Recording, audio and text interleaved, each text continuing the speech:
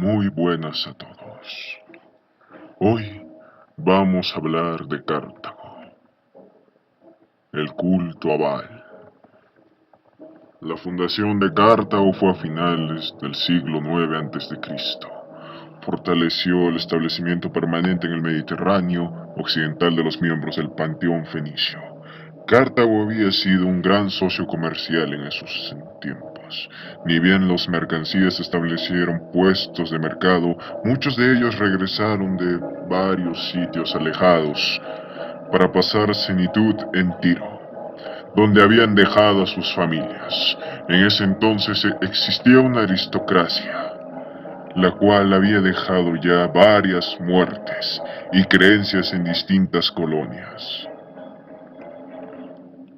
Esto trajo durante muchos siglos la esfera de influencia de una nueva capital, muy estricta y bajo la protección de la dinastía Magonia.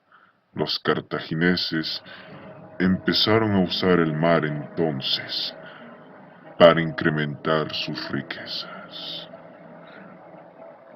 Pero, ¿esto qué tiene que ver con Baal, considerado uno de los reyes del infierno y el primero de los 7? La religión cartaginesa está basada en la religión fenicia, lo que a su vez está inspirada en las fuerzas de la naturaleza. Muchos de los dioses que crearon, sin embargo, eran conocidos bajo sus nombres locales. Tanto así que a Baal lo consideraban el dios de la guerra, el dios de la plenitud, un dios que traía riquezas y prosperidad. Claro que lo describen con otras habilidades en distintas religiones y distintas investigaciones. Esto es solo una conclusión mía. En el panteón se dice que Tanit fue la diosa más importante en la mitología cartaginesa. ¿Pero por qué? Era la consorte de Baal y patrona de Cartago y Cartago Nova, el equivalente a la diosa fenicia Astarte. También fue una deidad berber. Estela, esta estatua en terracota de la diosa Tanit, adornada con un collar, necrópolis de Pictes Molins, Ibiza, entre el siglo V y el III a.C. El núcleo original de la religión de Cartago se encuentra en Fenicia. Si vas a las ruinas de la que alguna vez fue una ciudad próspera y rica en comercio, te darás cuenta que hay una cripta. Este sistema de dioses influenció también a muchas otras culturas. Hay mucho parecido entre la religión cartaginesa y otras, ya sean las galas, incluyendo las macedonias. En algunos casos los nombres de los dioses fueron cambiados o tomados prestados. Incluso leyendas similares entre los egipcios, babilonios, asirios, incluso los persas. Y otros han dejado sus influencias en el sistema de fe, adoptándolo a su propia religión. Como mencioné anteriormente, si vas a las ruinas de Cartago Nova y Cartago, encontrarás ahí una especie de cripta, en donde tú encontrarás restos de niños y sobre todo de ancianos. ¿Pero por qué? ¿Por qué estos cadáveres? O más bien, restos humanos. Bien, seguro has escuchado de Aníbal, aquel gran héroe de Cartago que derrotó a los romanos, o que por lo menos estuvo cerca de hacerlo. Una de sus más grandes victorias fue cuando él se enfrentó a 80.000 romanos con un ejército en verdad que podría ser considerado como un insulto a Roma. Pero Aníbal era alguien muy inteligente y aparte un excelente estratega. Pero no todo era gloria, honor y victoria. No.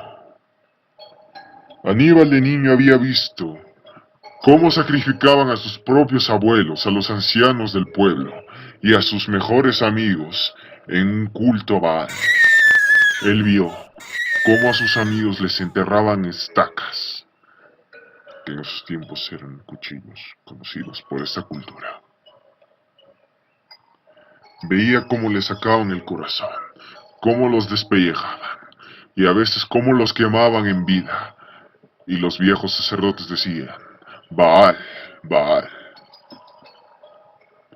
Aníbal tuvo que presenciar en carne propia la muerte de todos sus amigos y familiares. Esto lo marcó de por vida. Tanto así que cuando él cayó, cuando todo su ejército fue destrozado por su némesis, quien también lo admiraba, entonces Aníbal no tuvo otra que suicidarse.